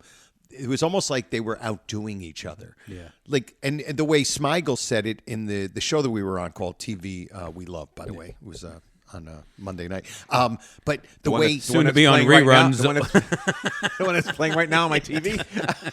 But the way Smigel described how both of them... their physicality, but so different. Like Gleason, being the big man that he was like a hurricane. Yep. And Hurricane. Hurricane. And the way Art Carney was so loose with his body, he described it so perfectly. Yeah, it was that's exactly the part that I was saying. It was kind of like made me think about this. So, yes. Yeah. And so, yes, I think they were great. And I don't remember that last movie they did together. Nothing in common. Something in Mo. Something in Mo. Izzy and Mo. Izzy and Mo. I remember it, and I remember saying it's an okay movie, but watching them play on each other was still there. Right. It just wasn't a great movie, but it was still like just watching their interactions. You were like, they still had it. Yeah, they were in their 70s and they still had it. Yeah, and I thought it was great. Yeah. It's almost like you could see them in the show going from the comedic side to it to the straight man and kind of just passing it back and forth almost as they need to. Yep. And as I said before, I think that the writers interjected a lot of secondary characters as the straight man in some cases. Like I think to me, Audrey, when the three of them were there, Audrey was the straight person. Absolutely, yeah. Because I think the mother-in-law is the straight person to some extent, right? And if you think about Freddie Muller's the straight person in so maybe that goes back to the writing. Because think about it, that's why most of those teams worked, because you had the straight person and then you had the clown. Right. If you had the two clowns, it doesn't work. If you have two straight people, obviously it doesn't work. But with them two, again, it goes to the writing and their physical and their acting talents. Yeah. And I think it supersedes all of it, and that's in one big ball. Mounts to what? Mounts to what? No, see, traditionally they don't come across as the comedy team, Right. 'Cause every time you think of comedy team, automatically Abbott and Costello, 100%. Yep. And they did the physical, the little half-hour show, which I love. Yes. And season 1. Yeah, season 1. Season That would 1 be of that season show, 1. yeah. Yeah. And but they never did. But you got to remember, they're coming out of vaudeville, where they're actually doing a stand-up routine. Right. Straight man Abbott, clown Costello, and the straight man was paid more money than the clown. I didn't. Yeah, you were the one that told me that first. They paid because the straight man was so important to the clown that they actually gave the straight man more money. Do you think, I'm just spitballing here, do you think they also gave them more money because they didn't get, because let me tell you something, as a comic, there's nothing better than getting a laugh. And even though people weren't laughing at Bud Abbott on what he was saying, it was more of what he was doing that made Lou Costello react or once in a while smacky. So it's like, yeah, you know what? You're not going to get the laughs, but you're going to get more money. And plus, it's that much harder. Important. More important to set that joke up. Because it's nothing without the setup. Timing, nothing without the setup. But That's to exactly me, right. I've always Nothing said without the this, setup. Bud Abbott, best straight Best man straight man. ever. And Groucho period. Marx said the same thing. He did say that. Me and Groucho Marx, we got something in common. We were both on television, and we both looked at jackass. I'm such a jackass. When Joe next time with the big mustache. You guys were on television? I don't know. It's the first I've heard of this. Well, turn around. You see that TV right there? Yeah, see it playing in the background? Well, you know what? We have done, it's an hour and 35 minutes so far. We usually don't do paid overtime. Yeah, we usually don't do an episode this long. Usually it's less than an hour, but we're having so much fun. We had so many things to do. But we have to get to the final bit of the day. And this bit is Louie's 60-second favorite bit. And of course... Oh, it's sponsored, Joe. I'm sorry, of course. The sponsor of this bit is Rob Lilly Printing. That's Brother Norton, for anybody that doesn't know. He's a good friend of ours, does great printing work. All right, go to lilyprinting.com. I don't have it down on the piece of paper. I got to jot it down on a piece of paper. Go to lilyprinting.com. He did everything for our convention. He made the banner. He made the calendar. He made the calendar. The calendar with all the people that appeared on the original 39. He's got a calendar, and they're all their birthdays, and each month has a great picture. It's fantastic. A lot of work for me. A lot.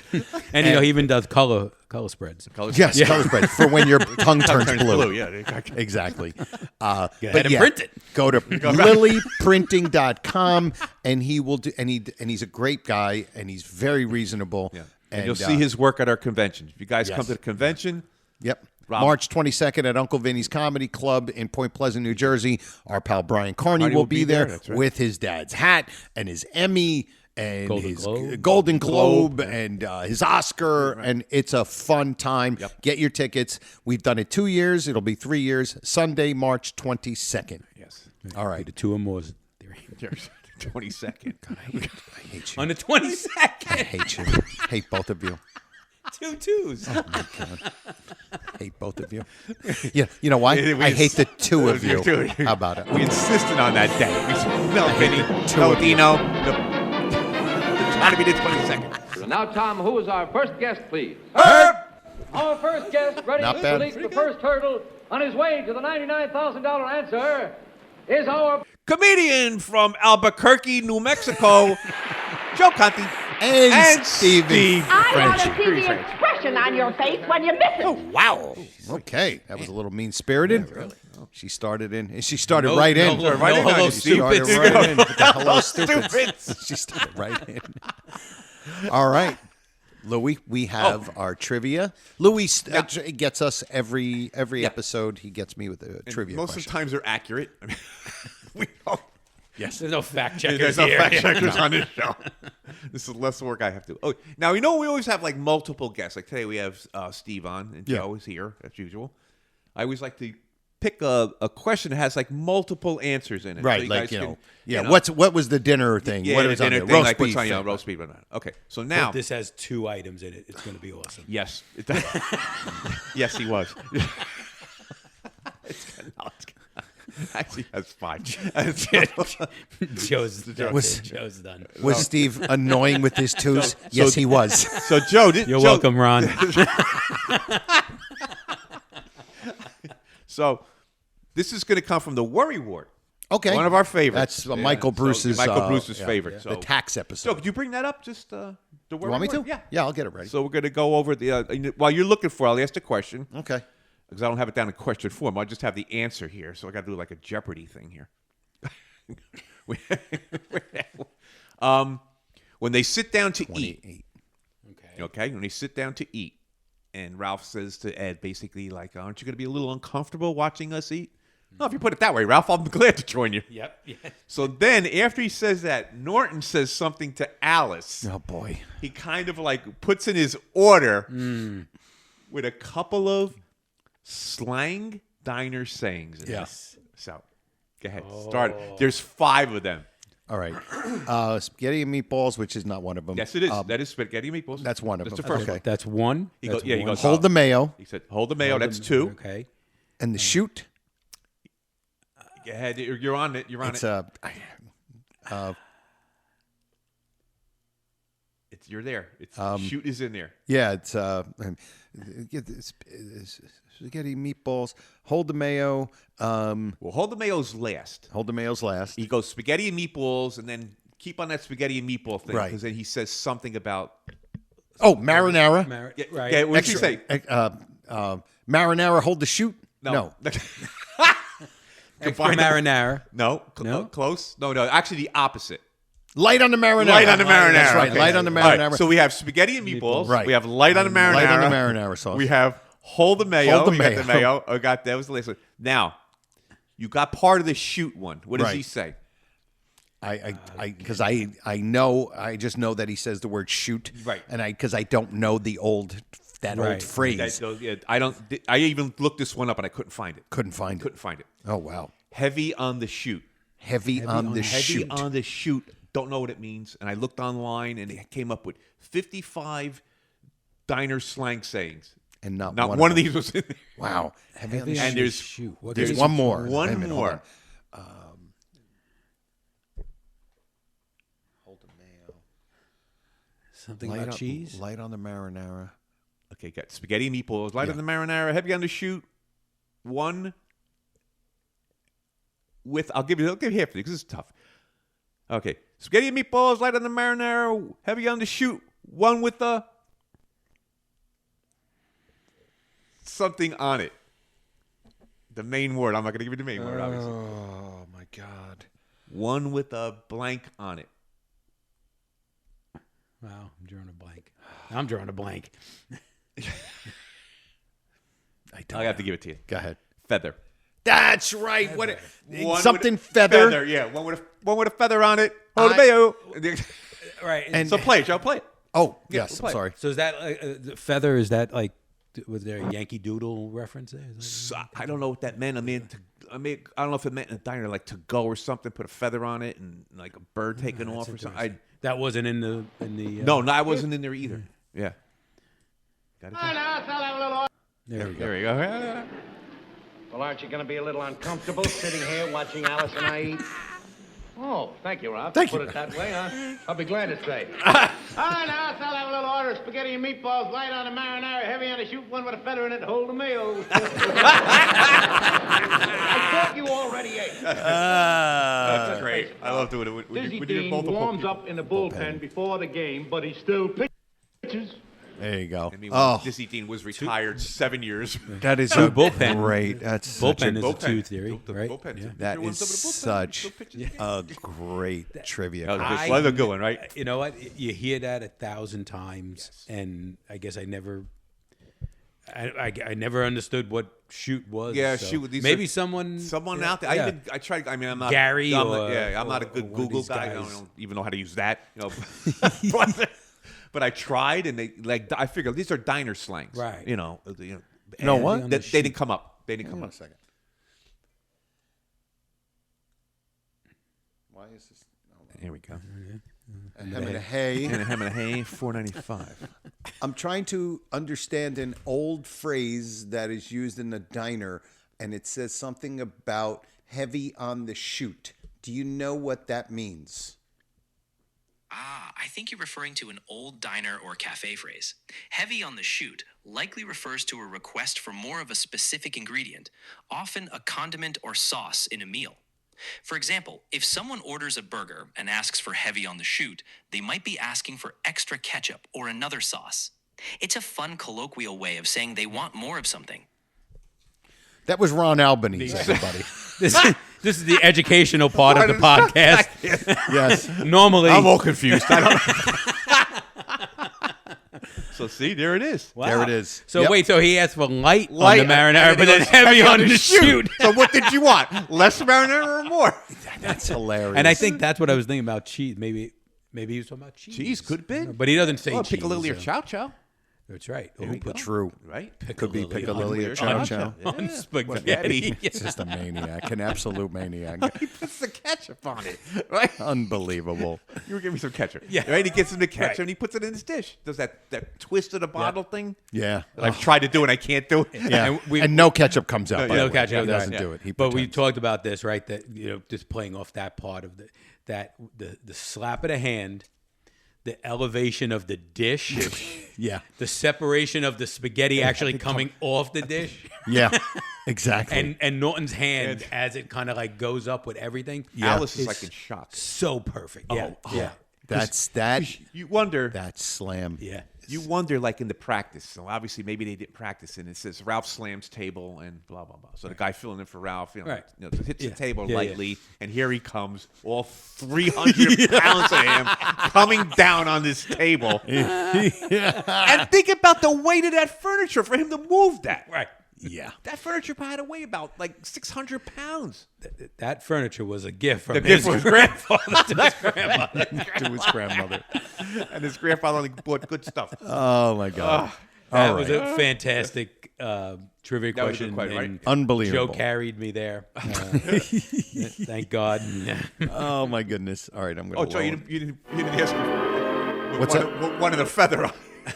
And the one with the feather, feather on in it. Yeah, what does the feather mean? Oh. Let Because me. we need two educations. Hold on. All right. It's Let me a ask. tooth theory. We're gonna need tooth oh theory. my goodness. Hold on. In the old school diner thing, what does it mean when you're ordering something and you ask with a feather in it? In an old school diner setting, asking for something with a feather in it is a playful way of requesting that you're. In an old school diner setting, asking for something with a feather in it typically means you want it with a little extra something, often a garnish or an extra touch. It's a fun, informal way to ask almost for like a bit shoot. of flair or an added detail in your order. All right. So it's kind of like shoot. It's like shoot, and it's probably it's like a tooth theory. So he basically just threw everything everything out there. It Yeah. was just all thrown together. and it was didn't make any nonsense. sense. It Yeah, was all did nonsensical. Yes. Right. Which is brilliant. Yeah, well, you of know, course. like It always is. It always turns out to be brilliant. Yeah, when it's Art Carney, it always ends up being brilliant. Before I know we're going to wrap up. Yeah. What is? Remind us. You just watch. What is Ralph's facial expression when he's saying that? You know, I don't know. I'm wondering. Yeah, you know what? Because we're. Listen, I've always stated I am a. I have a man crush on Art Carney. I've always had. I always thought he was just. He was unbelievable. So it's like Freddie Muller, just concentrating on Art Carney. Is from the Bureau. Right on the marinara. Hi, Ralph. Hi, Ann. Sit All right, here we go. Real quick, we're just going to see Ralph's face. Norton, don't you have to go upstairs and have supper? I already ate. Well, aren't you going to be a little uncomfortable sitting here watching Alice and I eat? Oh, thank you, Ralph. You put it that way, huh? I'll be glad to say. All right, Alice, I'll have a little order of spaghetti and meatballs, light on the marinara, heavy on the shoot, one with a feather in it to hold the meal. I thought you He's actually. It's his expression is almost blank. It's like numb. He's like numb. I can't. It's almost like he's saying, "I can't believe I'm hearing this." Oh my goodness, that's I great. wonder if that's an ad. Part of that's an ad You lib. don't know. Yeah. He's just so quick You with figure, it. Though. Yeah, you so figure. quick with yeah, it. you figure Carney had carte blanche. Right. To, they said that he did stick by the script, but he probably did have his carte blanche to do whatever he wanted to do. Yeah, he almost has no expression, Yeah, which like, makes you think that it's an ad lib. Because if it was meant to be, you would think that he would have some kind of reaction to it, like a facial expression. And that's what makes it even funnier. Like eyes to the roof, to the ceiling, or something like that. Yeah, nothing. He's just looking Yeah, like I can't believe I'm listening to this idiot. And he's going to have dinner with me. Kind of like the people that listen to this podcast are going to be like, I can't believe I listened to an hour and 40 minutes of these 49 idiots. minutes of this nonsense. Is my life better for this? Oh my goodness! I don't know. Maybe I'll ask Frank if he wants to split it into two, and put them both at the same time. But just make it two different episodes. Shut up. All right, that's a new thing. Going right into it now. Thank you. 1 and 2. All right, everybody. That's it. Episode 145. Yes. Right in the books. Thank you to Silk City Hot Sauce, everybody who listens, Steve Franchi. That's right. Thank you for having me. Our full-grown nut, who is Jeff Young. Jeff Young. Thank you. And all of you who helped us out and have supported us for so long. We couldn't have done it without you, man. All of you full-grown nut fraternity members and future fraternity members, thank you so much. Share episodes of our YouTube videos or just share an episode with some of your friends, in the sewer or at the bus depot. And if you want to follow me on all my social media platforms, it's Joe Conti with an E-comic. For me, Joe Conti, and my pal Louis Fats, we say we'll see you next time. Just a little note, everybody. If you guys want to catch up, the newbies, start around episode 60. It gets good there. 60? Yeah, 60, yeah. 60, yep. It starts to really kind of get going. Yeah, get going. So, but yeah, I just have to pause that real quick. Thank you, everybody. We really appreciate it. Thank you, Steve Franchi. Thank you. Thank you. We should do this again sometime. Yes. How about tomorrow night? Yes. So, yes, episode 145 in the books. For me, Joe Conti, Louis Fats, and Steve Franchi, we say we'll see you next time. E pluribus raccoonum. Night all. Good night. Good Thank night. you. Good night. We'll have to do this again real soon. How about tomorrow night? This has been a non-productive media presentation. Executive producer Frank Hablawi. This program and many others like it on the Non-Productive Network is distributed under a Creative Commons Attribution Non-Commercial No Derivatives license. Please share it, but ask before trying to change it or sell it. For more information, visit non-productive.com.